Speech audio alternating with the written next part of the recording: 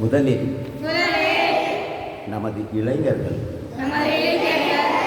வலிமை பெற்றவர்களாக வேண்டும். மத உணர்ச்சி அதற்கு பின்னரே வரும். என் வாலிப நண்பர்களே, வலிமை பெறுங்கள். இதுவே நான் உங்களுக்கு கூறும் அறிவுரை. சத்தமா சொல்லுங்க.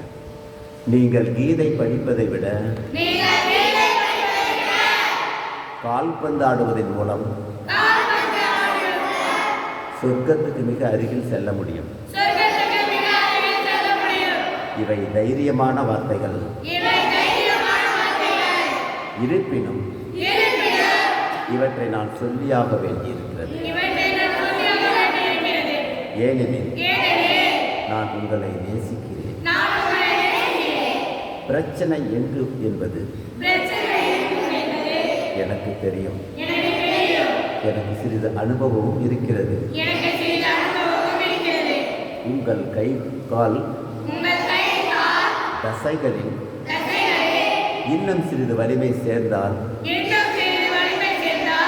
கீதையை நன்றாக புரிந்து கொள்ள முடியும்.